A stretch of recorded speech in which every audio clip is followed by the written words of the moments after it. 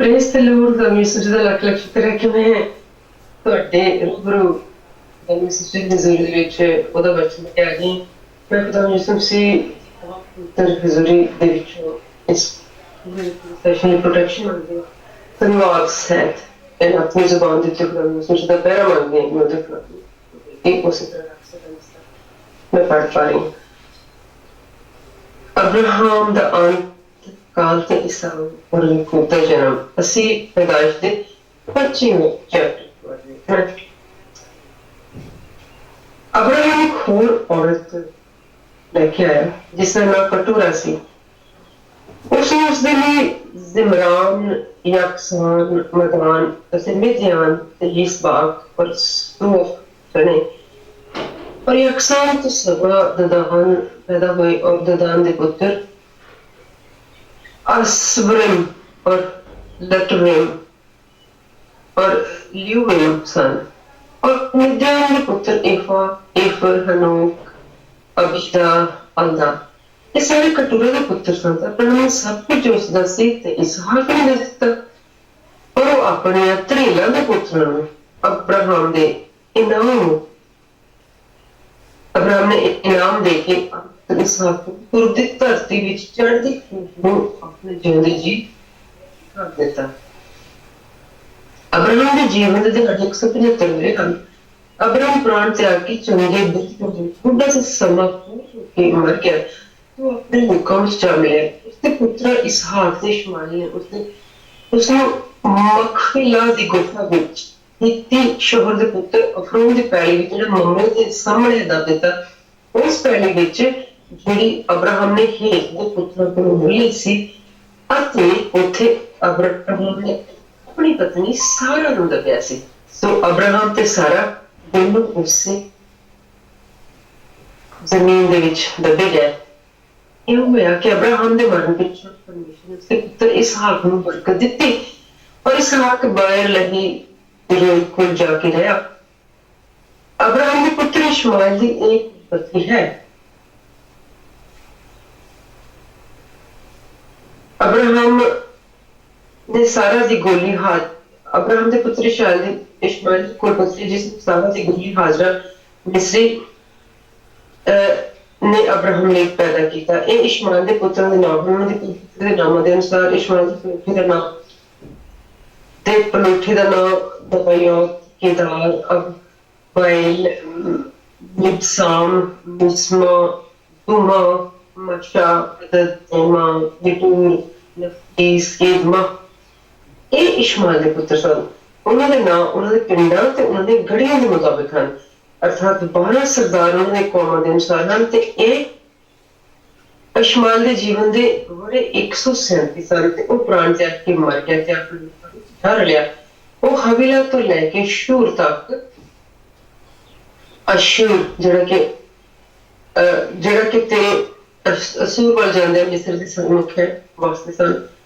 ते अपने सारे भरावां दे सन्मुख उत्थे टिके रहे। अब्राहम दे पुत्र इसहाक दी कुलपत्री यही है। अब्राहम तो इसहाक पैदा हुआ। इसहाक 40 महीने का होया जब उसने रिबका अपनी पत्नी दे लेके आया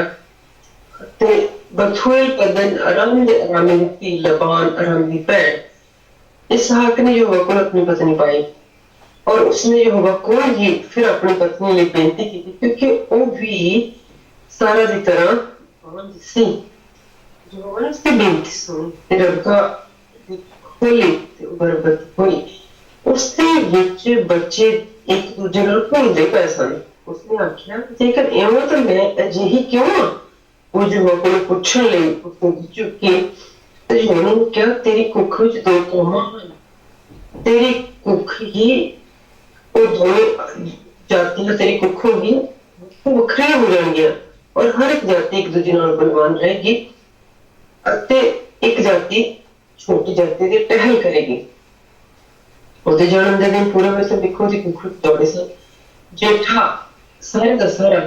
ਲਾਲ ਜਾਤ ਵਾਲਾ ਅਤੇ ਪਨੂਠਾ ਸਾਰੇ ਦਾ ਛੋਟੇ ਦੀ ਟਹਿਲ ਕਰਨ ਵਾਲਾ ਤੇ पलोठा लाल जात वाले वस्त्र वाला बाहर निकलिया तो उन्होंने उसका नाम ईसाऊ रखा ते उसके पिछों उसका भरा ਨਿਕਲਿਆ ਜਿਸਦਾ ਹੱਥ ਜਿਸਨੇ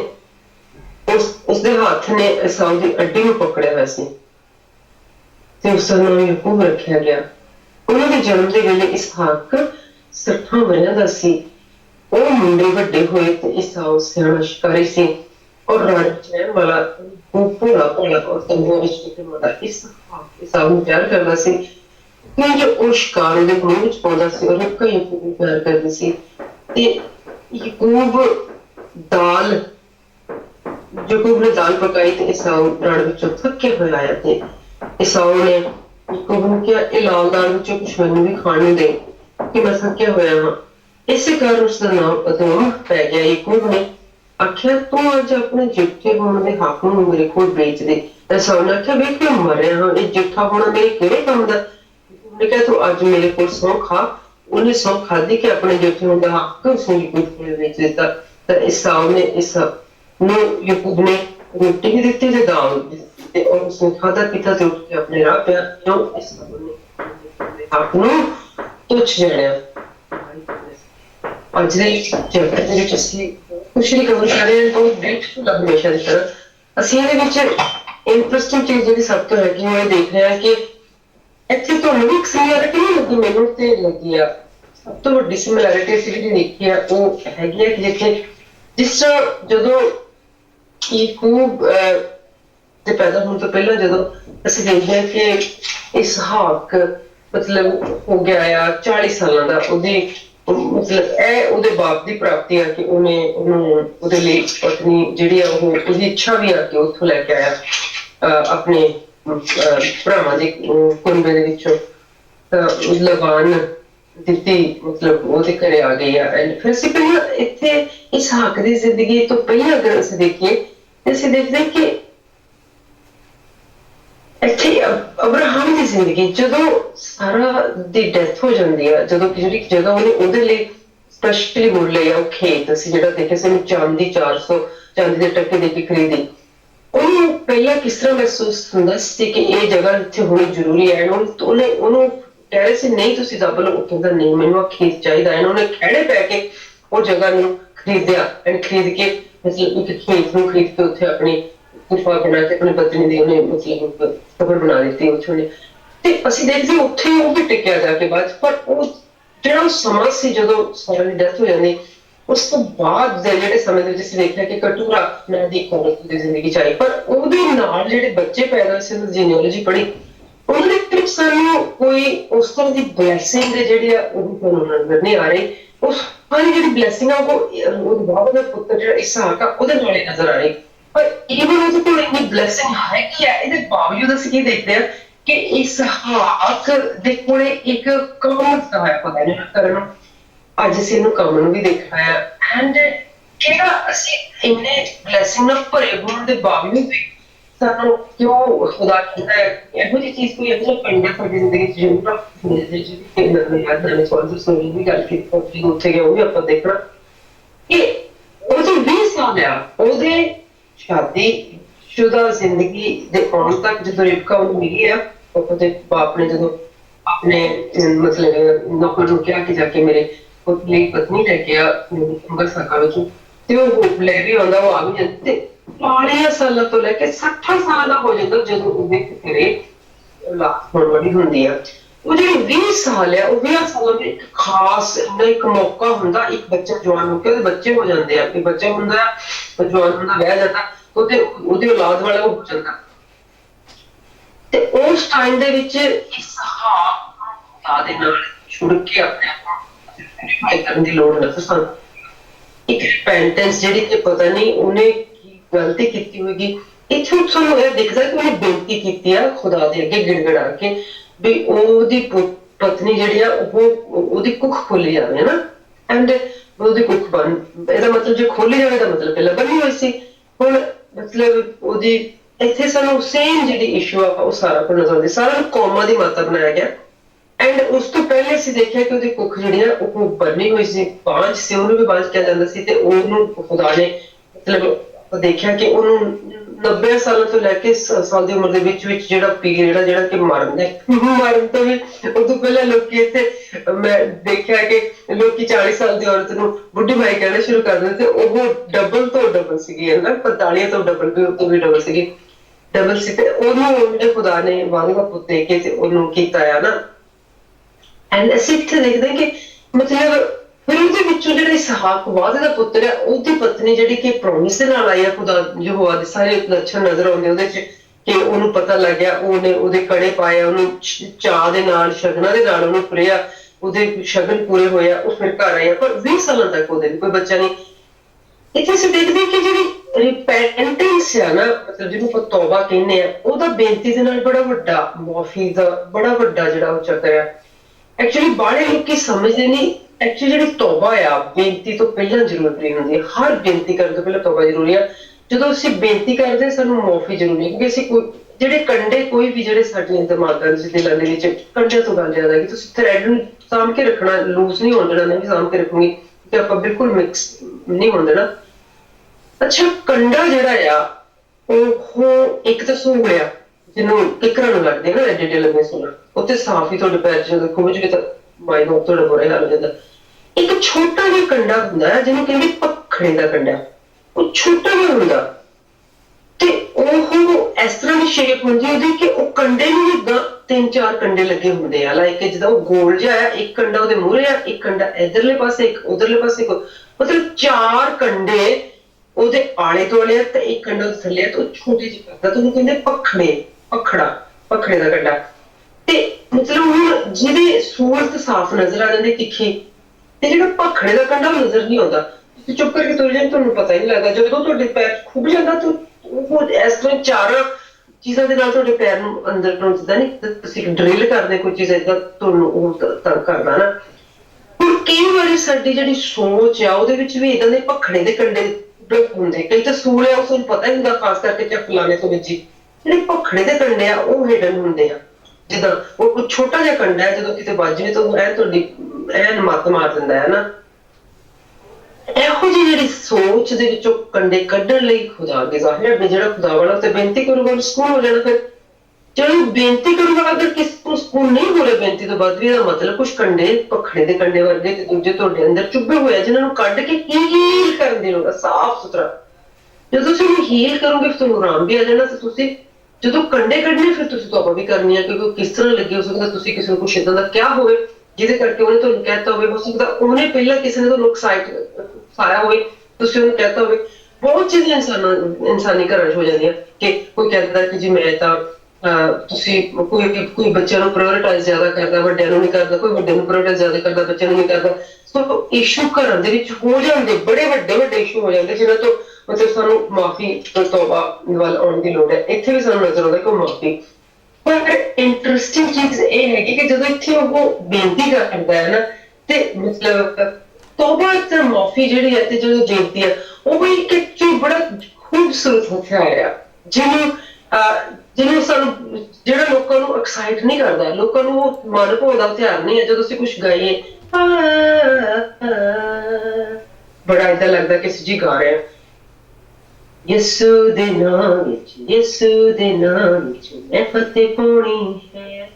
ਇਹ ਵੀ ਸਾਨੂੰ ਠੀਕ ਲੱਗਦਾ ਕਿ ਅਸੀਂ ਕਹਿੰਦੇ ਪਰ ਕਿਸੇ ਸਦਨ ਦੇ ਤੌਬਾ ਕਰ ਇਹ ਬੜਾ ਔਖਾ ਲੱਗਦਾ ਕੋਈ ਕਹਿੰਦਾ ਹੈ ਕਿਹੋ ਜਿਹੀ ਗੱਲ ਹੈ ਮੈਨੂੰ ਕਿੱਦਾਂ ਮੈਂ ਕਿਉਂ ਤੌਬਾ ਕਰਾਂ ਤੈਨੂੰ ਕੀ ਮੇਰੇ ਨਾਲ ਮੈਂ ਤੌਬਾ ਕਿਉਂ ਕਰਾਂ ਸੋ ਇੰਟਰਸਟਿੰਗ ਨਹੀਂ ਲੱਗਦਾ ਸਾਨੂੰ ਭਾਉਂਦਾ ਮਨ ਨੂੰ ਭਾਉਂਦਾ ਨਹੀਂ ਪਰ ਤੌਬਾ ਜਿਹੜਾ ਨਾ ਉਹ ਇੱਕ ਇਹੋ ਜਿਹਾ ਜ਼ਬਰਦਸਤ ਟੂਲ ਆ ਨਾ ਜਿਹੜਾ ਸਾਨੂੰ ਖੁਦਾ ਦੇ ਬਹੁਤ ਨੇੜੇ ਲੈ ਜਾਂਦਾ ਮਾਫੀ ਤੌਬਾ ਦੋਨੇ ਇੱਕ ਦੂਸਰੇ ਦੇ ਭੈਣ ਭਰਾ ਆ ਦੋਨੇ ਸਾਨੂੰ ਖੁਦਾ ਦੇ ਬਹੁਤ ਹੀ ਨੇੜੇ ਲੈ ਜਾਂਦੇ ਆ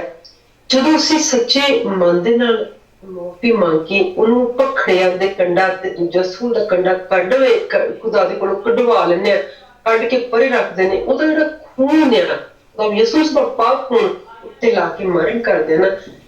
ਫਿਰ ਹੀਲਿੰਗ ਮਿਲਦੀ ਹੈ ਫਿਰ ਸਕੂਨ ਮਿਲਦਾ ਸੱਚਾ ਸਕੂਨ ਪੂਰਾ ਪਿਆਰਾ ਸਕੂਨ ਫਿਰ ਸਾਨੂੰ ਕੁਛ ਹੋ ਜਿਹੜਾ ਨਾ ਮੈਟਰ ਨਹੀਂ ਕਰਦਾ ਸੋ ਇੱਥੇ ਅਸੀਂ ਅੱਜ ਇਹ ਸਿੱਖਿਆ ਹੈ ਇਹਦੇ ਵਿੱਚ ਚੈਪਟਰ ਦੇ ਵਿੱਚੋਂ ਕਿ ਭਾਵੇਂ ਕੋਈ ਕਿੰਨੀ ਵੀ ਬਖਸ਼ਿਸ਼ ਕਿਸੇ ਉੱਤੇ ਦੇ ਦਿੱਤੀ ਆ पर क्योंकि ਅਸੀਂ ਇਨਸਾਨੀ ਫਿਤਰਤ ਆ ਅਸੀਂ ਇਦਾਂ ਦੇ ਕੰਡੇ ਲਾ ਦਿੰਨੇ ਆ ਜਾਂ ਲਵਾ ਲੈਂਦੇ ਆ ਜਿਨ੍ਹਾਂ ਨੂੰ ਕੱਢਣਾ ਵੀ ਜ਼ਰੂਰੀ ਆ ਮਾਫੀ ਮੰਗਣੀ ਵੀ ਜ਼ਰੂਰੀ ਆ ਤੇ ਉੱਤੇ ਤੌਬਾ ਵੀ ਕਰਨੀ ਬਹੁਤ ਜ਼ਰੂਰੀ ਆ ਤਾਂ ਕਿ ਖੁਦਾ ਸਾਨੂੰ ਸਾਡੇ ਬਾਂਝਪਣ ਨੂੰ ਰੂਹ ਦੇ ਬਾਂਝਪਣ ਨੂੰ ਸੋਚ ਦੇ ਬਾਂਝਪਣ ਨੂੰ ਖੋਲ ਕੇ ਤੇ ਸਾਡੇ ਚ ਫਿਰ ਉਹ ਫੁਆਰੇ ਉੱਠ ਸਕਣ ਜਿਹੜੇ ਹੈਗੇ ਆ ਅਸੀਂ ਕਹਿੰਦੇ ਕਿ ਖੁਦਾ ਕਹਿੰਦਾ ਕਿ ਰੂਹ ਤੁਹਾਡੇ ਚੋਂ ਫੁਆਰੇ ਮਤਲਬ ਉਹ ਤੁਹਾਡੇ ਵਿੱਚੋਂ ਪਾਣੀ ਜਿਹੜਾ ਨਾ ਉਹ ਇਸ ਤਰ੍ਹਾਂ ਉੱਠ ਪਾਏਗਾ ਬਾਹਰ ਨਿਕਲੇਗਾ ਕਿ ਦੂਸਰੇ ਦੀ ਪਿਆਸ ਜਿਹੜੀ ਹੈ ਮਿਟਾਈ ਜਾ ਸਕੇ ਤੇ ਇਹ ਤੇ ਅਸੀਂ ਬੜਾ ਹੀ ਜ਼ਬਰਦਸਤ ਜਿਹੜਾ ਨਾ ਇਹਦਾ ਮਤਲਬ ਦੇਖਿਆ ਹੈਗਾ ਇਹਦੇ ਵਿੱਚ ਅਸੀਂ ਉਹਦਾ ਰਿਸ਼ਤਾ ਜਿਹੜਾ ਨਾ ਕਟੂਰਾ ਨਾਲ ਵੀ ਦੇਖਿਆ ਪਰ ਉਹਦੇ ਬੱਚਿਆਂ ਨੂੰ ਅਸੀਂ ਦੇਖਿਆ ਕਿ ਇੱਕ ਹੋਰ ਚੀਜ਼ ਅਸੀਂ ਦੇਖਿਆ ਕਿ ਉਹਦਾ ਇੰਨਾ ਜ਼ਿਆਦਾ ਪਿਆਰ ਹੈ ਆਪਣੀ ਵਾਈਫ ਪਤਨੀ ਸਾਰਾ ਦੇ ਨਾਲ ਕਿ ਉਹ ਇੰਨਾ ਪਿਆਰ ਹੈ ਕਿ ਉਹਦੇ ਬਦਲੇ ਉਹ ਇੱਕ ਮੇਟ ਦੇ ਨਾਲ ਵੀ ਅਬਰਾਹਮ ਰਿਸ਼ਤਾ ਕਾਇਮ ਕਰ ਲੈਂਦਾ ਜਿਸ ਵਿੱਚੋਂ ਇਸ਼ਮਾਇਲ ਹੋਂਦ ਵਿੱਚ ਆ ਜਾਂਦਾ ਜਿਹਦੇ 12 ਸ਼ਹਿਜ਼ਾਦੇ ਨੇ ਤੁਸੀਂ ਉਹਨਾਂ ਦੀ ਜੀਨੋਲੋਜੀ ਪੜ੍ਹੀ ਆ ਤੁਸੀਂ ਵੀ ਇਹਨੂੰ ਅੱਛੀ ਤਰ੍ਹਾਂ ਜਦੋਂ ਸੁਣਿਆ ਹੋਵੇਗਾ ਤੁਹਾਨੂੰ ਪਤਾ ਹੋਵੇਗਾ ਤੇ ਫਿਰ ਇਹਦੇ ਚ ਅਸੀਂ ਫਿਰ ਵੀ ਦੇਖਿਆ ਕਿ ਫਿਰ ਵੀ ਜਦੋਂ ਉਹ 100 ਕੁਝ ਸਾਲਾਂ ਦਾ ਮਤਲਬ ਉਹ 100 ਕੁਝ ਸਾਲਾਂ ਦਾ ਹੁੰਦਾ ਉਹ ਪਹਿਲਾਂ ਆਪਣੇ ਪੁੱਤ ਦਾ ਫਿਕਰ ਕਰਦਾ ਕਿ ਇਹਦਾ ਮੈਂ ਵਿਆਹ ਕਰ ਦਵਾਂ ਉਹਦੀ ਜ਼ਿੰਮੇਵਾਰੀ ਦੇ ਦਿੰਦਾ ਆ ਆਪਣੇ ਨੌਕਰ ਨੂੰ ਉਹਦਾ ਵਿਆਹ ਕਰਨ ਦੇ ਦੌਰਾਨ ਉਹਦਾ ਵਿਆਹ ਕਰਕੇ ਉਹ ਇੱਕ ਹੋਰ ਦੇਖਿਆ ਕਿ ਉਹ ਆਪਣੀ ਹੋਰ ਜਗ੍ਹਾ ਤੇ ਚਲਾ ਜਾਂਦਾ ਮਤਲਬ ਜਿੱਥੇ ਉਹ ਆਪਣੇ ਜਿਉਂਦੇ ਜੀ ਇੱਕ ਆਪਣੇ ਪੁੱਤ ਦਾ ਵਿਆਹ ਕਰਦਾ ਹੈ ਐਂਡ ਉਸ ਤੋਂ ਪਿੱਛੋਂ ਅਸੀਂ ਦੇਖਿਆ ਕਿ ਉਹ ਇੱਕ ਮਤਲਬ ਜਿਹੜੇ ਉਹ ਆਪਣੇ ਜਿਉਂਦੇ ਜੀ ਇੱਕ ਹੋਰ ਜਗ੍ਹਾ ਤੇ ਚਲਾ ਜਾਂਦਾ ਹੈ ਜਿਹੜਾ ਕਿ ਅਸੀਂ ਪੜ੍ਹਿਆ ਸੀ ਹਨਾ ਇੱਥੇ ਹੁਣੇ ਜਦੋਂ ਉਹਨੇ ਆਪਣੀ ਵਾਈਫ ਨੂੰ ਉਹਨੇ ਮਤਲਬ ਉਹਨੂੰ ਦੱਬਿਆ ਸਾਰਾ ਨੂੰ ਉਸ ਵਾਲੀ ਜਗ੍ਹਾ ਉੱਤੇ ਜਾਣ ਤੋਂ ਪਹਿਲੇ ਅਸੀਂ ਇੱਥੇ ਪੜ੍ਹਿਆ ਸੀ ਕਿ ਉਹ ਇਸ਼ਮਾਇਲ ਦੇ ਜੀਵਨ ਦੇ ਬਾਰੇ 137 ਸਨ ਉਹ ਪ੍ਰਾਣ ਤਿਆਗ ਕੇ ਮਰ ਗਿਆ ਤਾਂ ਆਪਣੇ ਲੋਕਾਂ ਵਿੱਚ ਜਾ ਮਿਲਿਆ ਪਰ ਅਸੀਂ ਇਸ ਤੋਂ ਪਹਿਲੇ ਪੜ੍ਹਿਆ ਕਿ ਅਬਰਾਹਮ ਨੇ ਆਪਣੇ ਜਿਉਂਦੇ ਜੀ ਹੀ ਮਤਲਬ ਆਪਣਾ ਸਾਰਾ ਕੁਝ ਇਸਹਾਕ ਨੂੰ ਦੇ ਦਿੱਤਾ ਆਪਣੀਆਂ ਧਰੇਲਾਂ ਦੇ ਪੁੱਤਰਾਂ ਨੂੰ ਅਬਰਾਹਮ ਨੇ ਸਿਰਫ ਇਨਾਮ ਦਿੱਤੇ ਤੇ ਇਸਹਾਕ ਦੇ ਕੋਲ ਪੂਰਬ ਦੀ ਧਰਤੀ ਤੇ ਚੜ੍ਹਦੀ ਕੂਟ ਨੂੰ ਉਹ ਆਪਣੇ ਜਿਉਂਦੇ ਜੀ ਨਹੀਂ ਚਲਾ ਗਿਆ ਦੇਖੋ ਮਤਲਬ ਆਪਣਾ ਸਾਰਾ ਕੁਝ ਦੇ ਕੇ ਉਹਨਾਂ ਨੂੰ ਚਲਾ ਗਿਆ ਮੈਨੂੰ ਤੇ ਬੜੀ ਹੈਰਾਨੀ ਜਿਹੀ ਦੀ ਗੱਲ ਵੀ ਲੱਗਦੀ ਹੈ ਕਿ ਖੁਦਾ ਦੇ ਜਿਹੜੇ ਲੋਕੀ ਹੁੰਦੇ ਨੇ ਵੀ ਕਿ ਉਹਨਾਂ ਨੂੰ ਏਦਾਂ ਹੀ ਕਰਨਾ ਹੁੰਦਾ ਹੈ ਕਿ ਉਹਨੇ ਜਿਹੜੇ ਉਹਨਾਂ ਦੇ ਬੱਚੇ ਆ ਉਹਨਾਂ ਨੂੰ ਮਿਲੇ ਉਹਨਾਂ ਨੂੰ ਕੁਛ ਉਹਨਾਂ ਨੇ ਜਿਹੜਾ ਕੁਛ ਉਹਨਾਂ ਦੇ ਵੱਸ ਚ ਦੇ ਕੇ ਤੇ ਉਹਨਾਂ ਨੂੰ ਬਲੈਸਿੰਗ ਦੇ ਕੇ ਤੇ ਉਹਨਾਂ ਦਾ ਇਹ ਨਹੀਂ ਚਾਹੁੰਦਾ ਕਿ ਉਹ ਫਿਰ ਜਾਣ ਆਪਣੀ ਕਿਸੇ ਦੂਸਰੀ ਜਗ੍ਹਾ ਤੇ ਜਾ ਕੇ ਆਪਣਾ ਖੁਦਾ ਦਾ ਕੰਮ ਕਰਨ ਤੇ ਆਪਣੇ ਜਿਹੜਾ ਉਹਨਾਂ ਨੂੰ ਵਾਅਦੇ ਦਾ ਵਚਨ ਦਿੱਤਾ ਹੁੰਦਾ ਹੈ ਜਿਹੜੀ ਪ੍ਰੋਮਿਸ ਉਹ ਡਿਲੀਵਰ ਕਰ ਦੇਣ ਬਸ ਨਾ ਬੜੀ ਇੰਟਰਸਟਿੰਗ ਹੈ ਚੀਜ਼ ਮੈਨੂੰ ਤਾਂ ਵੀ ਅੱਜ ਸਿੱਖਣ ਨੂੰ ਮਿਲੀ ਆ ਤੁਸੀਂ ਸਾਰੇ ਵੀ ਸਿੱਖ ਸਕਦੇ ਹੋ ਕਿ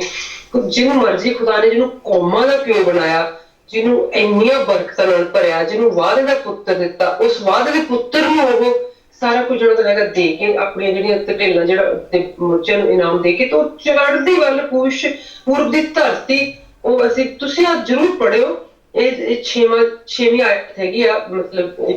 25ਵੇਂ ਚੈਪਟਰ ਦੀ ਉਹ ਕੂਚ ਦੀ ਧਰਤੀ ਨੂੰ ਚੜ੍ਹਦੀ ਵੱਲ ਆਪਣੇ ਜਿਉਂਦੇ ਜੀ ਉਸਨੇ ਆਪਣੇ ਆਪ ਨੂੰ ਘਾਟ ਦਿੱਤਾ ਇਸਹਾਕ ਦੇ ਕੋਲੋਂ ਇਨਾਮ ਦੇ ਕੇ ਅਬਰਾਹਮ ਨੇ ਆਪਣੇ ਪੁੱਤਰ ਇਸਹਾਕ ਦੇ ਕੋਲੋਂ ਪੂਰਬ ਦੀ ਧਰਤੀ ਵੱਲ ਚੜ੍ਹਦੀ ਕੂਚ ਨੂੰ ਆਪਣੇ ਜਿਉਂਦੇ ਜੀ ਘਾਟ ਦਿੱਤਾ ਤੇ ਮਤਲਬ ਇੱਥੇ ਸਾਨੂੰ ਮਤਲਬ ਉਹਦੇ ਕੋਲੋਂ ਇੱਕ ਖਾਸ ਡਿਸਟੈਂਸ ਮਿਲਦਾ ਜਿੱਥੇ ਉਹ 20 ਸਾਲ ਆਪਣੇ ਪਿਓ ਤੋਂ ਪਰੇ ਰਿਹਾ ਮਾਂ ਉਹਦੀ ਪਹਿਲਾਂ ਹੀ ਮਰ ਚੁੱਕੀ ਹੈ ਤੇ ਇੱਥੇ ਅਸੀਂ ਦੇਖਦੇ ਕਿ ਉਹਨੇ ਫਿਰ ਖੁਦਾ ਦੇ ਕੋਲ ਜਿਹੜੀ ਮਤਲਬ ਪਹਿਲਾਂ ਗੱਲ ਕੀਤੀ ਸੀ ਬੇਨਤੀ ਕੀਤੀ ਦੁਆ ਕੀਤੀ ਮਤਲਬ ਪਤਾ ਨਹੀਂ ਜਿਹੜੇ ਵੀ ਕੰਡੇ ਕੱਢੇ ਉਹਦੇ ਲੱਗੇ ਹੋਏ ਸੀ ਉਹਦੀ ਜ਼ਿੰਦਗੀ ਦੇ ਵਿੱਚ ਉਹ ਕੰਡੇ ਕੱਢੇ ਤੇ ਉਹਨੇ ਤੌਬਾ ਦਾ ਟੂਲ ਜਿਹੜਾ ਮੈਂ ਤੁਹਾਨੂੰ ਦੱਸਿਆ ਕਿ ਉਹ ਬੜਾ ਵੱਡਾ ਜ਼ਬਰਦਸਤ ਹਥਿਆਰ ਹੈ ਆ ਦੇਖੋ ਮੇਰੇ ਕੋਲ ਨਾ ਫੋਨ ਮਤਲਬ ਫੋਨ ਉੱਪਰ ਰੱਖਣ ਵਾਲਾ ਤੇ ਅਸੀਂ ਇਹਦੇ ਉੱਤੇ ਫੋਨ ਰੱਖ ਸਕਦੇ ਇਸੇ ਤਰ੍ਹਾਂ ਹਰ ਚੀਜ਼ ਇੱਕ ਨਾ ਇੱਕ ਟੂਲ ਸਾਡੇ ਕਿਸੇ ਨਾ ਕਿਸੇ ਕੰਮ ਆਉਂਦਾ ਪਰ ਇਹ ਜਿਹੜਾ ਤੌਬਾ ਦਾ ਆ ਦੇਖੋ ਪੈਨ ਇੱਕ ਜ਼ਬਰਦਸਤ ਟੂਲ ਆ ਇਹਦੇ ਨਾਲ ਅਸੀਂ ਲਿਖ ਸਕਦੇ ਹਾਂ ਨਾ ਲਿਖਿਆ ਹੋਇਆ ਸਿਆਹੀ ਦੇ ਵਿੱਚ ਸਾਨੂੰ ਫਿਰ ਨਜ਼ਰ ਆ ਜਾਂਦਾ ਜਿਹੜਾ ਤੌਬਾ ਦਾ ਟੂਲ ਹੈ ਭਾਈ ਤੌਬਾ ਦਾ ਹਥਿਆਰ ਹੈ ਸਾਰਿਆਂ ਸਿਆਰਾਂ ਤੋਂ ਜ਼ਬਰਦਸਤ ਉਹ ਸਾਨੂੰ ਖੁਦਾ ਦੇ ਨੇੜੇ ਰੱਖਦਾ ਖੁਦਾ ਦੇ ਨੇੜੇ ਲੈ ਜਾਂਦਾ ਹੋਰ ਵੀ ਨੇੜੇ ਪੌੜੀਆਂ ਸਾਰੀਆਂ ਇੱਕ ਤੋਂ ਬਾਅਦ ਚੜ੍ਹ ਕੇ ਉਹਦੇ ਨੇੜੇ ਪਹੁੰਚ ਜਾਂਦੇ ਇਹ ਤਾਂ ਹੋ ਗਿਆ ਸਾਡਾ ਉਹ ਪੈਦਾਇਸ਼ ਦੇ ਚੈਪਟਰ ਜਿਹੜਾ ਹੈ 25ਵਾਂ ਉਹਦਾ ਅਸੀਂ ਕਰ ਲਿਆ ਪਾਠ ਤੇ ਹੁਣ ਅਸੀਂ ਜਾਣਦੇ ਹਾਂ ਮੱਤੀ ਜਿਹੜਾ ਉਹਦੇ 25ਵੇਂ ਚੈਪਟਰ ਵੱਲ ਤੇ ਅਸੀਂ ਫਿਰ ਉਹਦਾ ਪੜ੍ਹਨਾ ਤੇ ਤੁਹਾਡਾ ਉਹਦਾ ਪਾਠ ਹੀ ਕਰਨਾ ਖੁਦਾ ਨੇ ਜਿਸ ਤਰੀਕੇ ਦੇ ਨਾਲ ਸਾਨੂੰ ਸਮਝਾਇਆ ਕਿ ਉਸ ਤਰੀਕੇ ਨਾਲ ਕਰਨਾ ਤੇ ਇਹ ਬੜਾ ਜ਼ਬਰਦਸਤ ਇਹ ਵੀ ਹੈਗਾ ਸਾਡੇ ਲਈ। ਅਸੀਂ ਇਹਨੂੰ ਦੇਖਣ ਲੱਗੇ ਹਾਂ। ਇਹਦੇ ਵਿੱਚ ਹੈਗਾ ਕਿ ਮੁੜ ਕੇ ਸਾਡੇ ਕੋਲ ਫਿਰ ਹੋ ਗਈ ਹੈ ਕਿ ਜਿਹੜੀਆਂ ਪਹੇਲੀਆਂ ਨੇ ਬਾਬਰ ਯਸਮਸੀ ਨੇ ਜਿਹੜੀ ਸਾਰੀ ਗੱਲ ਹੈ ਉਹ ਪੈਰਾਬਲਸ ਕੀਤੀ ਹੈ ਨਾ। ਇੰਟਰਸਟਿੰਗ, ਬਹੁਤ ਇੰਟਰਸਟਿੰਗ। ਕਿਉਂਕਿ ਮੈਂ ਦੇਖਿਆ ਕਿ ਕੁਛ ਲੋਕ ਇਹ ਕਹਿੰਦੇ ਆ ਕਿ ਤੂੰ ਸਾਰੀਆਂ ਗੱਲਾਂ ਜਿਹੜੀਆਂ ਭੇਤਾਂ ਇੱਥੇ ਚੱਲਿਆ ਨੇ ਉਹਨੂੰ ਪੁੱਛਿਆ। ਕੁਛ ਲੋਕਾਂ ਦੀ ਕੀ ਗੱਲ ਕਰਨੀ, ਸਾਰੀਆਂ ਗੱਲਾਂ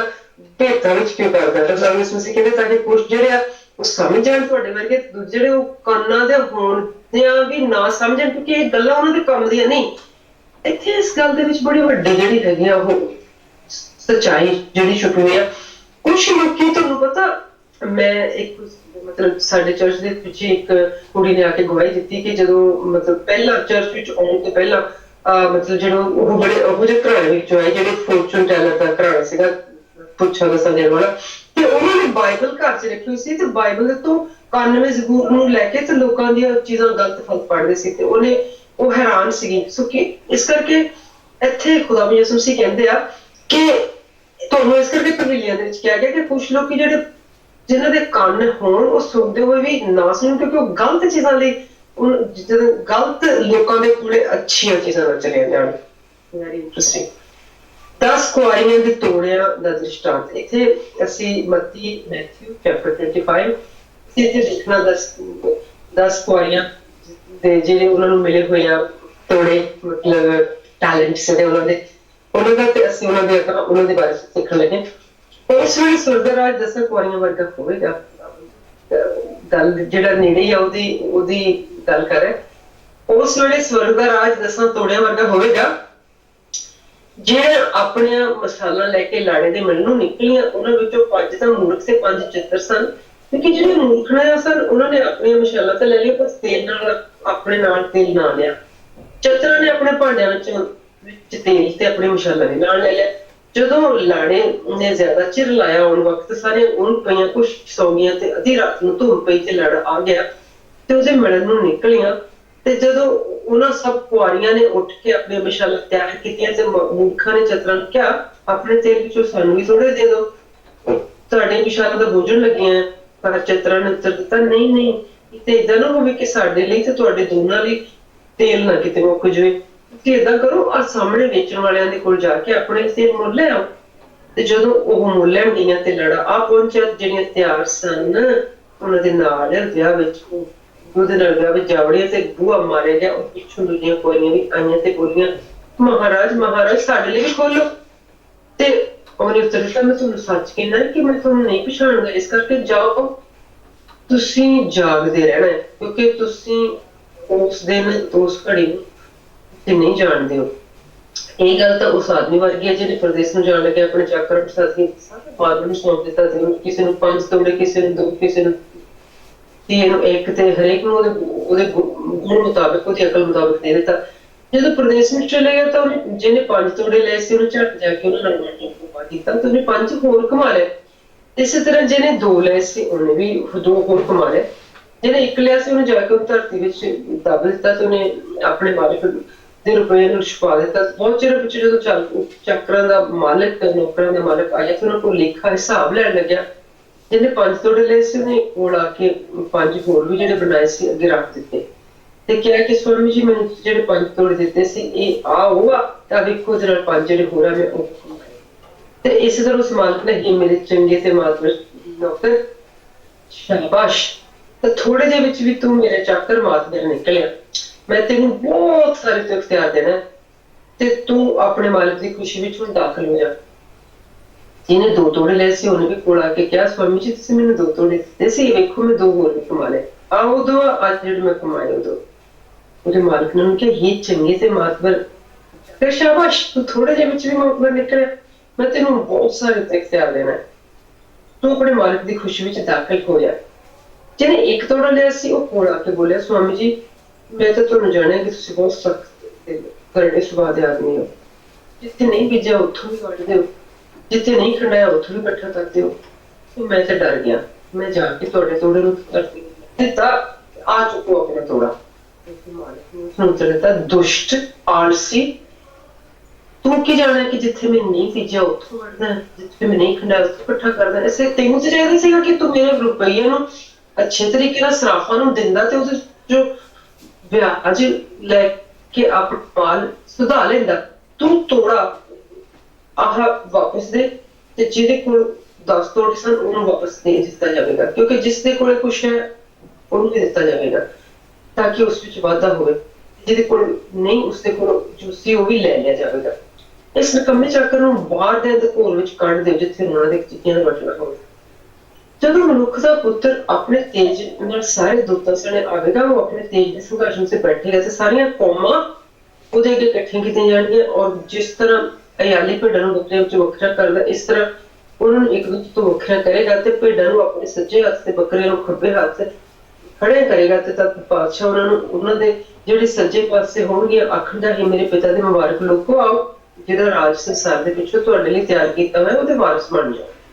ਕਿਉਂ ਜੇ ਮੈਂ ਭੁੱਖਾ ਸਾਂ ਤੁਸੀਂ ਮੈਨੂੰ ਖਾਣ ਨੂੰ ਦਿੱਤਾ, ਤੇਰਾ ਸੀ ਤੁਸੀਂ ਮੈਨੂੰ ਪਿਲਾਇਆ, ਪਰਦੇਸੀ ਸਾਂ ਤੁਸੀਂ ਮੈਨੂੰ ਆਪਣੇ ਘਰ, ਮੈਂ ਨੰਗਾ ਸੀ ਤੇ ਤੁਸੀਂ ਮੈਨੂੰ ਪਹਿਨਾਇਆ, ਮੈਂ ਰੋਗੀ ਸੀ ਤੁਸੀਂ ਮੇਰੀ ਸੇਵਾ ਕੀਤੀ, ਮੈਂ ਕੈਦ ਵਿੱਚ ਸੀ ਤੁਸੀਂ ਮੈਨੂੰ ਖਬਰ ਲੈਣ ਆਏ। ਹਰੇਕ ਧਰਮੀ ਕੋਲ ਉਹ ਧਰਮੀ ਲੋਕੀ ਉਹਨੂੰ ਉੱਤਰ ਦੇਣਗੇ, ਪ੍ਰਭੂ ਜੀ ਅਸੀਂ ਤੈਨੂੰ ਕਦੋਂ ਭੁੱਖਾ ਦੇਖਿਆ ਸੀ ਤੇ ਰਹਾਇਆ, ਨਾਲੇ ਅਸੀਂ ਤੈਨੂੰ ਕਦੋਂ ਖਵਾਇਆ ਪਿਲਾਇਆ, ਕਿ ਅਸੀਂ ਤੈਨੂੰ ਕਦੋਂ ਪਰਦੇਸੀ ਦੇਖਿਆ ਤੇ ਆਪਣੇ ਘਰ ਚ ਉਤਾਰਿਆ, ਤੇ ਕਦੋਂ ਨੰਗਾ ਦੇਖਿਆ ਜਦੋਂ ਅਸੀਂ ਤੈਨੂੰ ਬਣਾਇਆ, ਕਦੋਂ ਅਸੀਂ ਤੈਨੂੰ ਰੋਗੀ ਜਾਂ ਕੈਦੀ ਦੇਖਿਆ ਤੇ ਤੇਰੇ ਕੋਲ ਆਇਆ। ਪਾਤਸ਼ਾਹ ਉਹਨਾਂ ਨੂੰ ਉੱਤਰ ਦੇਵੇਗਾ, ਮੈਂ ਤੈਨੂੰ ਸੱਚ ਕਹਿਣਾ ਆ ਕਿ ਜੇ ਤੁਸੀਂ ਮੇਰੇ ਇਹਨਾਂ ਸਭ ਨੂੰ ਛੋਟੇ ਭਰਾਵਾਂ ਚੋਂ ਇੱਕ ਨਾਲ ਕੀਤਾ ਤਾਂ ਮੇਰੇ ਨਾਲ ਕੀਤਾ, ਤੇ ਜਿਹੜੇ ਖੱਬੇ ਪਾਸੇ ਹੋਣ ਉਹਨਾਂ ਨੂੰ ਵੀ ਕਹੂਗਾ, ਸੱਪਾਂ ਦੇ ਬੱਚਿਓ ਸ਼ਰਾਬੇ ਹੋਇਓ, ਇਹ ਸ਼ਰਾਬਿਓ ਲੋਕੋ ਉਸ ਦੀਪਕ ਅੱਗ ਵਿੱਚ ਚਲੇ ਜਾਓ ਜਿਹੜੀ ਸ਼ੈਤਾਨ ਤੇ ਉਹਦੇ ਦੂਤਾਂ ਨੇ ਤਿਆਰ ਕੀਤੀ ਹੋਈ ਹੈ। ਕਿਉਂਕਿ ਮੈਂ ਭੁੱਖਾ ਸੀ ਤੁਸੀਂ ਮੈਨੂੰ ਨਹੀਂ ਖਿਲਾਇਆ, ਮੈਂ ਤੇਰਾ ਨਹੀਂ ਖਿਲਾਇਆ, ਮੈਂ ਪਰਦੇਸੀ ਸੀ ਤੁਸੀਂ ਮੈਨੂੰ ਆਪਣੇ ਘਰ ਨਹੀਂ ਪਾਇਆ, ਮੈਂ ਨੰਗਾ ਸੀ ਤੁਸੀਂ ਮੈਨੂੰ ਨਹੀਂ ਪਹਿਨਾਇਆ, ਰੋਗੀ ਤੇ ਕੈਦੀ ਸੀ ਤੁਸੀਂ ਮੈਨੂੰ ਤੇ ਉਹਨੂੰ ਉੱਤਰ ਦੇਣਗੇ, ਪ੍ਰਭੂ ਜੀ ਅਸੀਂ ਕਦੋਂ ਤੈਨੂੰ ਭੁੱਖਾ ਤੇ ਰਿਹਾ ਦੇਖਿਆ, ਨੰਗਾ ਰੋਗੀ, ਤੇਰੀ ਸੇਵਾ ਨਹੀਂ ਕੀਤੀ, ਟਹਿਲ ਨਹੀਂ ਕੀਤੀ। ਤੇ ਉਹ ਉਹਨਾਂ ਨੂੰ ਉੱਤਰ ਦੇਣਾ, ਤੁਸੀਂ ਸੱਚ ਕਹਿੰਦੇ ਹੋ, ਤੁਸੀਂ ਇਹਨਾਂ ਸਭਨਾਂ ਤੋਂ ਛੋਟਿਆਂ ਨਾਲ ਇਹ ਨਹੀਂ ਕੀਤਾ ਤੇ ਮੇਰੇ ਨਾਲ ਨਹੀਂ ਕੀਤਾ।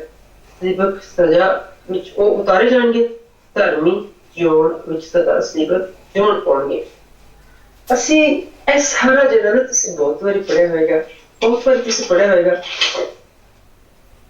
ਇੱਥੇ ਜਿਹੜੀਆਂ 10 ਕੁਆਰੀਆਂ ਆ, ਜਿਹੜੀਆਂ 10 ਹੁਸ਼ਿਆਰ ਕੁਆਰੀਆਂ, ਅਸੀਂ ਦੇਖਦੇ ਕਿ ਉਹਨਾਂ ਦੀਆਂ ਮਤਲਬ ਕੌਣ ਆ ਉਹ 10 ਹੁਸ਼ਿਆਰ। ਪਹਿਲਾਂ ਤਾਂ ਅਸੀਂ ਇਹ ਦੇਖਣਾ 10 ਕੁਆਰੀਆਂ ਤੇ ਕੌਣ ਹੈਗੀਆਂ ਆ, ਟੈਲੈਂਟ ਕਿਹੜੇ ਆ। ਫਿਰ ਅਸੀਂ ਇਹ ਦੇਖਣਾ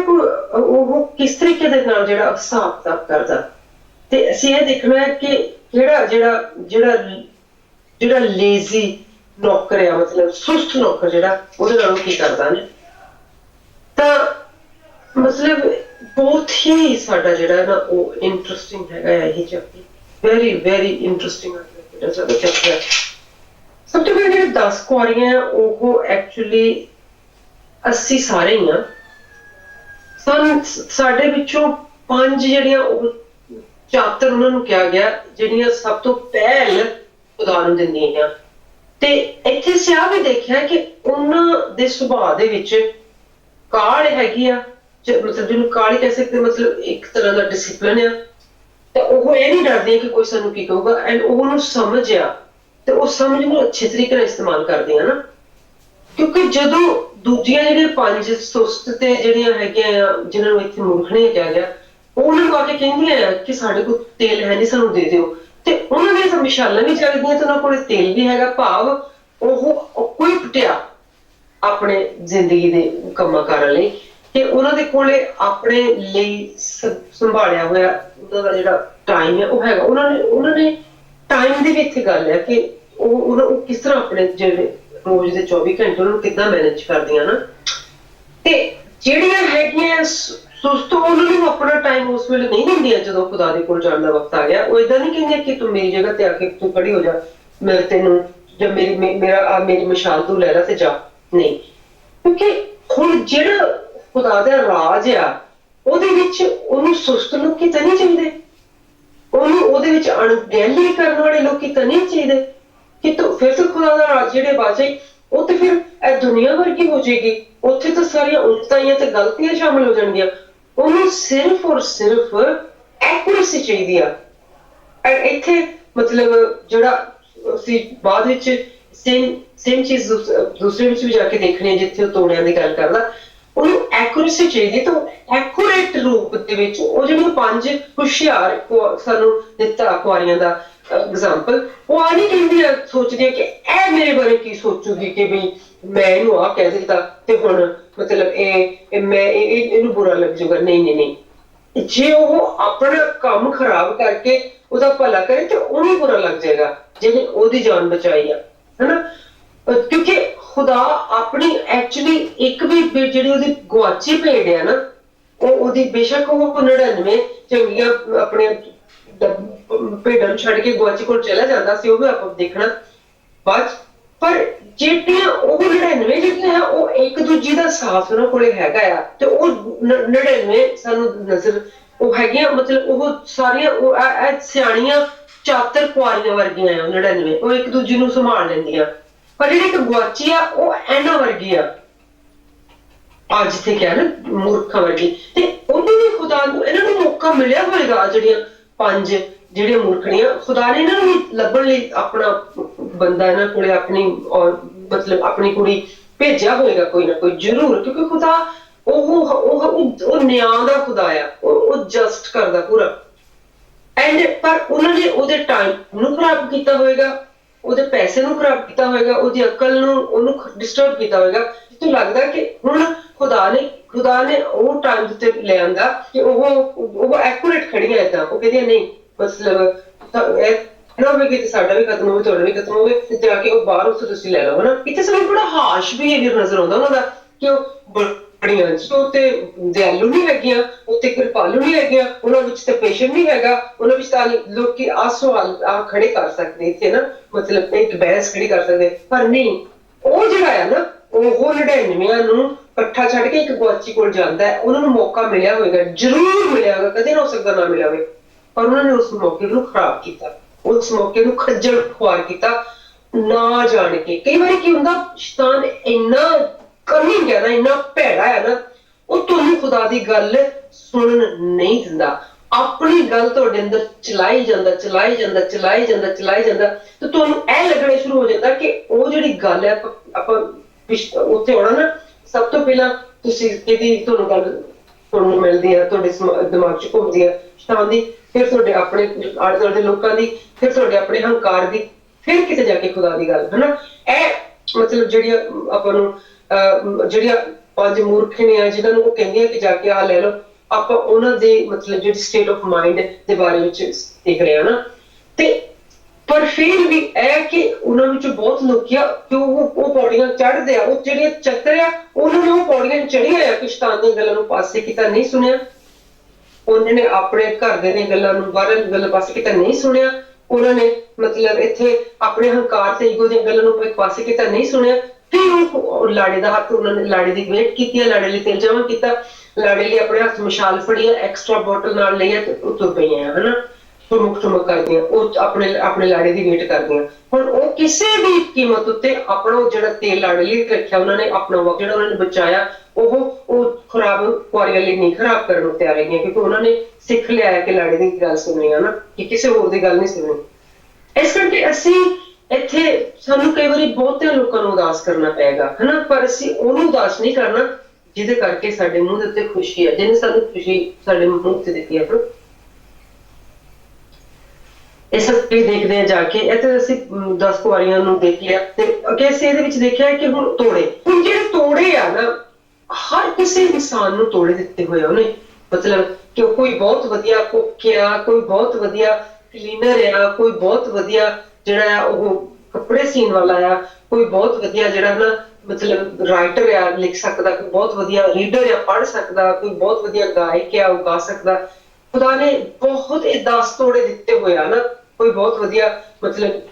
ਆਰਗੇਨਾਈਜ਼ਰ ਆ, ਚੀਜ਼ਾਂ ਨੂੰ ਆਰਗੇਨਾਈਜ਼ ਕਰ ਸਕਦਾ ਹੈ, ਕੋਈ ਬਹੁਤ ਵਧੀਆ ਹੈਗਾ ਹੈ ਮਤਲਬ ਕਾਉਂਸਲਰ ਆ, ਸਿਚੁਏਸ਼ਨ ਨੂੰ ਸੁਣ ਸਕਦਾ, ਜ਼ੁਬਾਨਾਂ ਨੂੰ ਉਹਦੇ ਕੋਲ ਬਹੁਤ ਜ਼ੁਬਾਨਾਂ ਆ ਨਾ, ਉਹ ਬੋਲ ਸਕਦਾ ਹੈ ਇੰਗਲਿਸ਼, ਪੰਜਾਬੀ, ਹਿੰਦੀ, ਕਾਫੀ ਕੁਛ ਉਹਨੂੰ ਆਉਂਦਾ, ਬੜੀ ਜਲਦੀ ਪਿਕ ਕਰ ਲੈਂਦਾ। ਸੋ ਤੋੜੇ ਇੱਥੇ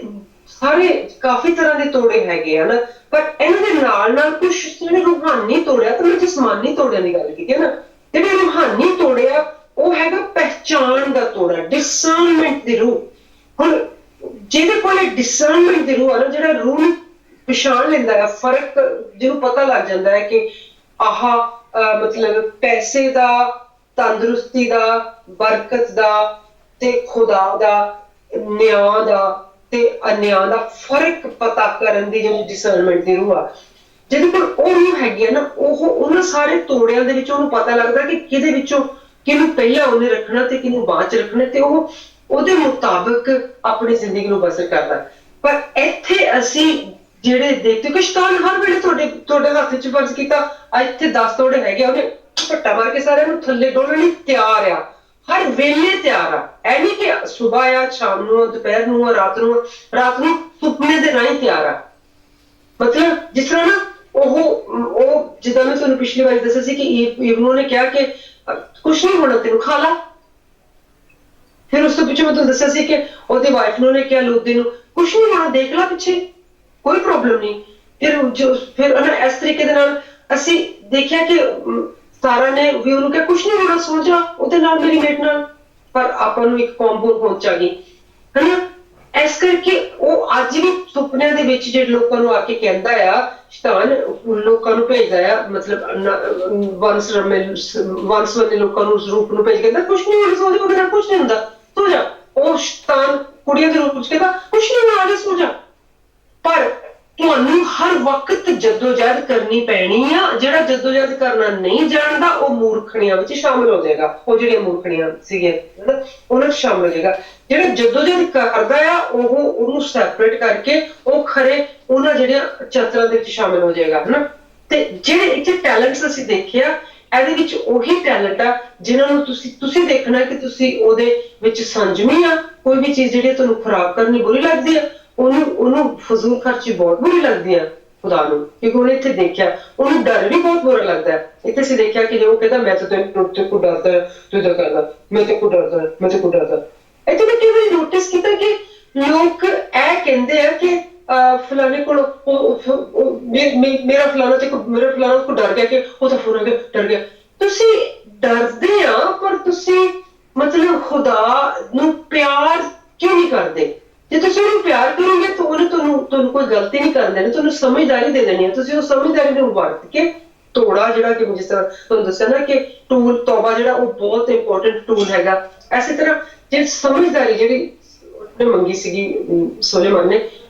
ਅਕਲ ਉਹਨੇ ਜਦੋਂ ਦੇ ਦਿੱਤੀ ਤੇ ਉਹਦੇ ਉਹ ਕੰਮ ਆਈ, ਹੈ ਨਾ। ਪਰ ਸਮਝਦਾਰੀ ਤੋਂ ਵੀ ਉੱਪਰ ਦੇਖੋ ਹੁਣ ਕਿੰਨੀ ਆਹ ਜਿਹੜੇ ਮੈਂ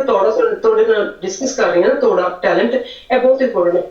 ਸਾਨੂੰ ਇਹ ਬਰਕਤਾਂ ਸਭ ਦੇ ਵਿੱਚ ਸਾਰੇ ਤੋੜੇ ਦਿੱਤੇ ਹੋਏ ਆ। ਸਾਨੂੰ ਕਿਸੇ ਨੂੰ ਬਰਕਤ ਅਮੀਰੀ ਦਿੱਤੀ ਹੋਈ, ਕਿਸੇ ਨੂੰ ਸੁਹੱਪਣ ਦਿੱਤਾ ਹੋਇਆ ਬਹੁਤ, ਕਿਸੇ ਨੂੰ ਬਹੁਤ ਅੱਛੀ ਆਵਾਜ਼ ਦਿੱਤੀ ਹੋਈ ਆ, ਕਿਸੇ ਨੂੰ ਅੱਛੇ ਲਫ਼ਜ਼ ਦੇਖਣ ਦੀ ਆਦਤ ਦਿੱਤੀ ਹੋਈ ਆ, ਕਿਸੇ ਨੂੰ ਕੋਈ ਡਾਕਟਰ ਆ, ਹਕੀਮ, ਉਹਦੇ ਹੱਥ 'ਚ ਕਿਸੇ 'ਚ ਸ਼ਫਾ ਹੈ। ਭਾਈ ਇਹਨਾਂ ਸਾਰਿਆਂ ਤੋਂ ਉੱਪਰ, ਸਮਝਦਾਰੀ ਤੋਂ ਵੀ ਉੱਪਰ ਹੈਗਾ ਆ ਖੁਦਾ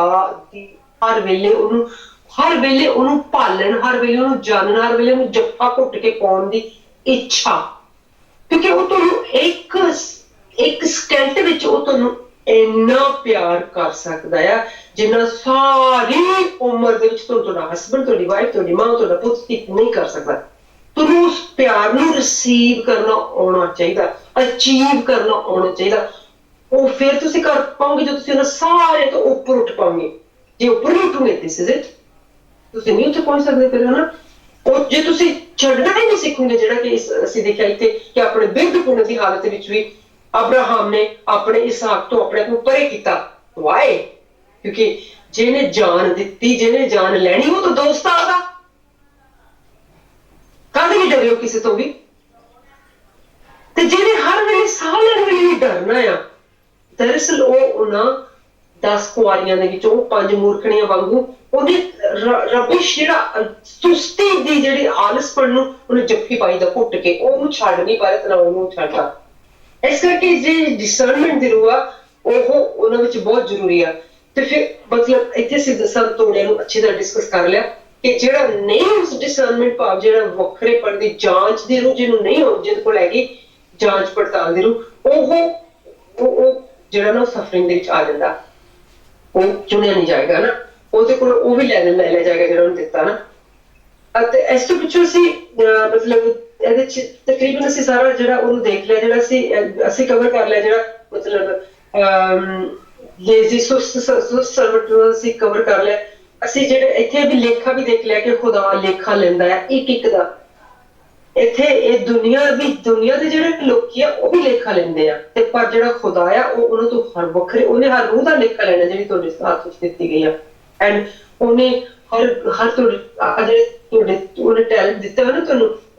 ਉਹਨੇ ਇਹਨਾਂ ਟੈਲੈਂਟ ਦਾ ਵੀ ਲੇਖਾ ਲੈਣਾ ਤੁਹਾਡੇ ਕੋਲੋਂ। ਰੂਹਾਂ ਦਾ ਪੁੱਛਣਾ ਕਿ ਟੈਲੈਂਟ ਦਾ ਪੁੱਛਣਾ ਕਿ ਮੈਂ ਤੈਨੂੰ ਇੰਨੀ ਬਰਕਤ ਦਿੱਤੀ ਸੀ ਕਿ ਤੁਸੀਂ ਇਸ ਬਰਕਤ ਦਾ ਕੀ ਕੀਤਾ। ਕੱਲ ਦਾ ਦਿਨ ਸੀ ਸਾਡੇ ਚਰਚ ਵਿੱਚ, ਬੜਾ ਸਪੈਸ਼ਲ ਦਿਨ। ਕੱਲ ਅਸੀਂ ਕੀ ਸਾਨੂੰ ਦੱਸਿਆ ਗਿਆ ਕਿ ਐਕਚੁਅਲੀ ਸਾਨੂੰ ਸਾਡੇ ਹੱਥਾਂ ਨੂੰ ਨੋਟ ਕੀਤਾ ਗਿਆ, ਅੱਖਾਂ ਨੂੰ ਨੋਟ ਫਿਰ ਅਸੀਂ ਕੀਤਾ। ਮੈਂ ਪਹਿਲਾਂ ਤੁਹਾਨੂੰ ਦੱਸ ਦਿੰਦੀ ਹਾਂ, ਦਿਮਾਗ ਨੂੰ ਨੋਟ ਕੀਤਾ। ਆ ਜਿਹੜੀ ਨੋਟਿਸ ਸਪੈਸ਼ਲੀ ਇਸ ਕਰਕੇ ਸੀ ਕਿ ਸਾਨੂੰ ਸਮਝਦਾਰੀ ਆਵੇ ਕਿ ਸਾਨੂੰ ਜਿਹੜਾ ਦਿੱਤਾ ਸਾਡੇ ਹੱਥ ਵਿੱਚ ਜਿਹੜਾ ਪੈਸਾ ਆਉਂਦਾ ਆ, ਬਰਕਤ ਆਉਂਦੀ ਆ, ਅਸੀਂ ਉਹਨੂੰ ਕਿਤੇ ਉਹ ਜਿਹੜੀਆਂ 10 ਮੂਰਖਣੀਆਂ ਵਾਂਗੂ ਡੋਲ ਤਾਂ ਨਹੀਂ ਦਿੰਦੇ, ਅਸੀਂ ਉਹਨੂੰ ਸ਼ੈਤਾਨ ਸਾਡਾ ਖਿੱਚ ਕੇ ਸੁਟਵਾ ਤਾਂ ਨਹੀਂ ਦਿੰਦਾ। ਸੋ ਤੁਸੀਂ ਵੀ ਆਪਣੇ ਆਪ ਨੂੰ ਆਪਣਾ ਤੇਲ ਅਨੋਇਟ ਕਰਕੇ ਖੁਦਾ ਦੀ ਕੁਰਬਤ ਦੀ ਬਖਸ਼ਿਸ਼ ਕਰਕੇ ਤੁਸੀਂ ਆਪਣੇ ਹੱਥਾਂ ਨੂੰ ਅਨੋਇਟ ਕਰੋ, ਬੇਨਤੀ ਕਰੋ ਖੁਦਾ ਤੁਹਾਨੂੰ ਉਹ ਬਖਸ਼ਿਸ਼ ਦੇ ਨਾਲ ਉਹ ਸਮਝਦਾਰੀ ਦੇਵੇ, ਕਿਉਂਕਿ ਉਹਨੇ ਹਿਸਾਬ ਲੈਣਾ ਆ ਕੇ ਜਦੋਂ ਉਹਨੇ ਆਪਣੇ ਨੌਕਰਾਂ ਦੇ ਕੋਲੋਂ ਹਿਸਾਬ ਲੈ ਕੇ ਤੂੰ ਕੀ ਕੀਤਾ, ਜਿਹਨੂੰ ਉਹਨੇ ਬਰਕਤ ਦਿੱਤੀ ਉਹਨੇ ਬਰਕਤ ਦਾ ਹਿਸਾਬ ਲੈਣਾ ਕਿ ਤੂੰ ਆਪਣੀ ਬਰਕਤ ਦੇ ਨਾਲ ਕੀ ਕੀਤਾ। ਤਾਂ ਇਸ ਕਰਕੇ ਅਸੀਂ ਇਹਦੇ ਵਿੱਚ ਹੁਣ ਦੇਖਿਆ ਕਿ ਖੁਦਾ ਨੇ ਸਾਨੂੰ ਮਤਲਬ ਹਰ ਤਰ੍ਹਾਂ ਦੀ ਜਿਹੜੀ ਸਮਝਦਾਰੀ ਦਿੱਤੀ ਆ ਉਹਨੇ। ਮਤਲਬ ਜਿਹੜਾ ਅਸੀਂ ਜੇ ਅਸੀਂ ਵੀ ਨਹੀਂ ਦੇਖਦੇ ਨਾ ਕਿ ਮਤਲਬ ਜੱਜਮੈਂਟ ਦੇ ਦਿਨ ਉਹਨੇ ਜਦੋਂ ਉਹਨੇ ਕਹਿਣਾ ਕਿ ਅਸੀਂ ਤੇਰੇ ਲਈ ਆਹ ਕੀਤਾ, ਅਸੀਂ ਤੇਰੇ ਲਈ ਆਹ ਕੀਤਾ, ਤੇ ਕਿ ਤੁਸੀਂ ਮੈਨੂੰ ਖਿਲਾਇਆ, ਤੁਸੀਂ ਮੈਨੂੰ ਪਿਲਾਇਆ, ਤੁਸੀਂ ਮੈਨੂੰ ਕੀਤਾ। ਇਹ ਹਿਸਾਬ ਹੈ ਦਰਅਸਲ ਜਿਹੜਾ ਕਹਿੰਦੇ ਕਿ ਇਹੀ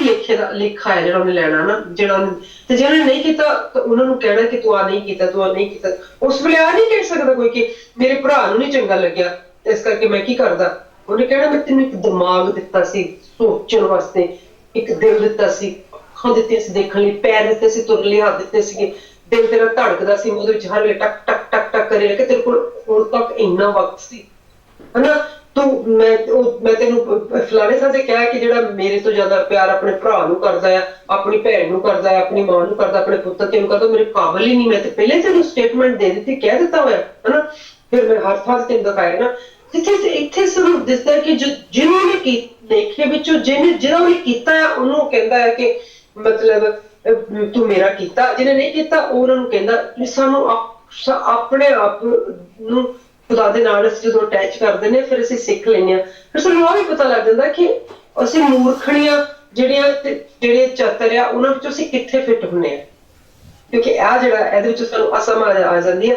ਕਿ ਅਸੀਂ ਕਿੱਥੇ ਫਿੱਟ ਹੁੰਦੇ ਹਾਂ। ਸਾਡੀ ਜਿਹੜੀ ਇਸ ਚੈਪਟਰ ਦੇ ਵਿੱਚ ਸੈਲਫ ਕ੍ਰਿਟਿਸਿਜ਼ਮ ਤਰ੍ਹਾਂ ਇਹਦੇ ਚ ਇਨਲਾਈਟਨਮੈਂਟ ਹੈਗੀ ਆ ਕਿ ਸਾਨੂੰ ਸਿਖਾਉਂਦੀ ਕਿ ਅਸੀਂ ਕਿੱਥੇ ਫਿੱਟ ਹੁੰਦੇ ਹਾਂ ਨਾ। ਅਸੀਂ ਤੀਜੇ ਨੰਬਰ ਤੀਜੀ ਪੌੜੀ ਤੇ ਖੜੇ ਆ, 5ਵੀਂ ਤੇ ਖੜੇ ਆ, 10ਵੀਂ ਤੇ ਖੜੇ ਆ, ਕਿਉਂਕਿ ਐਨੇ ਫੇਰ ਹੋਏ ਕਿ ਤੁਸੀਂ ਆਪਣੇ ਆਪ ਨੂੰ ਉਸ ਮਤਲਬ ਜਿਹੜੇ ਉਸ ਮੈਗਨੀਫਾਈਡ ਗਲਾਸ ਨਾਲ ਦੇਖੋਗੇ, ਖੁਦਾ ਯਿਸੂ ਮਸੀਹ ਦੇ ਕ੍ਰਿਟੀਕਲ ਅੱਖ ਦੇ ਨਾਲ ਦੇਖੋਗੇ, ਫਿਰ ਤੁਹਾਨੂੰ ਪਤਾ ਲੱਗੂਗਾ। ਆਪਣੇ ਆਪ ਤੋਂ ਹੀ ਆਪਣੇ ਆਪ ਨੂੰ ਲੱਗ ਕਰਕੇ ਆਪਣੇ ਆਪ ਨੂੰ ਦੇਖੇਂਗੇ, ਫਿਰ ਜੇ ਕਹੋਗੇ ਕਿ ਚਾਨਣ ਵਾਂਗੂ ਸੀ ਚਾਨਣ ਤੇਰਾ ਲੁਕ ਗਈ ਬੱਦਲਾਂ ਉਹਲੇ ਕਿਉਂ, ਤੁਸੀਂ ਆਪਣੀ ਗਲਤੀ ਤੋਂ ਪਿੱਛੇ ਕਹੋਗੇ ਤੂੰ ਪੁਰਾਣੀਆਂ ਉਹਨੇ ਕਾਹਤੋਂ ਲੁਕਦੀ, ਤੈਨੂੰ ਤਾਂ ਉਹਦਾ ਚਾਨਣ ਮਿਲਿਆ ਹੋਇਆ ਹਨਾ। ਫਿਰ ਤੁਸੀਂ ਉੱਥੋਂ ਬਾਹਰ ਆ ਜਾਓਗੇ, ਨਿਕਲ ਆਓਗੇ, ਫਿਰ ਤੁਸੀਂ ਖੁਦਾ ਦੇ ਡਿੱਗੋਗੇ, ਤੁਸੀਂ ਉਹਨੂੰ ਕੁੱਟ ਕੇ ਜਿੱਕੋੜਾ ਪਸਾ ਕਰੋਗੇ। ਮੈਂ ਆਸ ਕਰਦੀ ਹਾਂ ਕਿ ਜਿਹੜਾ ਅੱਜ ਦਾ ਸਾਡਾ ਜਿਹੜਾ ਹੈਗਾ ਆ ਚੈਪਟਰ ਦਾ ਐਕਸਪਲੇਨੇਸ਼ਨ ਆ ਉਹ ਤੁਸੀਂ ਕੀਤਾ ਹੋਵੇਗਾ। ਮੈਂ ਉਹਨੂੰ ਇੰਜੋਏ ਕੀਤਾ, ਤੁਹਾਡਾ ਸ਼ੇਅਰ ਕਰ ਦਿੱਤਾ, ਤੁਹਾਨੂੰ ਸਾਰਿਆਂ ਨੂੰ ਮਤਲਬ ਖੁਦਾ ਯਿਸੂ ਮਸੀਹ ਦੇ ਹਵਾਲੇ ਕਰਨਾ ਹੈ ਤੇ ਆਸ ਕਰਦੇ ਹਾਂ ਕਿ ਆ ਜਿਹੜਾ ਵਚਨ ਹੈ ਤੁਸੀਂ ਇੰਜੋਏ ਕੀਤਾ ਹੋਵੇਗਾ। Hallelujah hallelujah. ਖੁਦਾ ਤੇਰੀ ਪਾਕ ਤੇਰਾ ਸ਼ੁਕਰ ਕਰਦੇ ਹਾਂ ਅੱਜ ਇਸ ਮੌਕੇ ਤੇ ਜਿੰਨੇ ਵੀ ਭੈਣਾਂ ਭਰਾ ਨੂੰ ਸੁਣ ਰਹੇ ਆਪਣਾ ਸਾਰਿਆਂ ਦੇ ਜ਼ਿੰਦਗੀ ਨੂੰ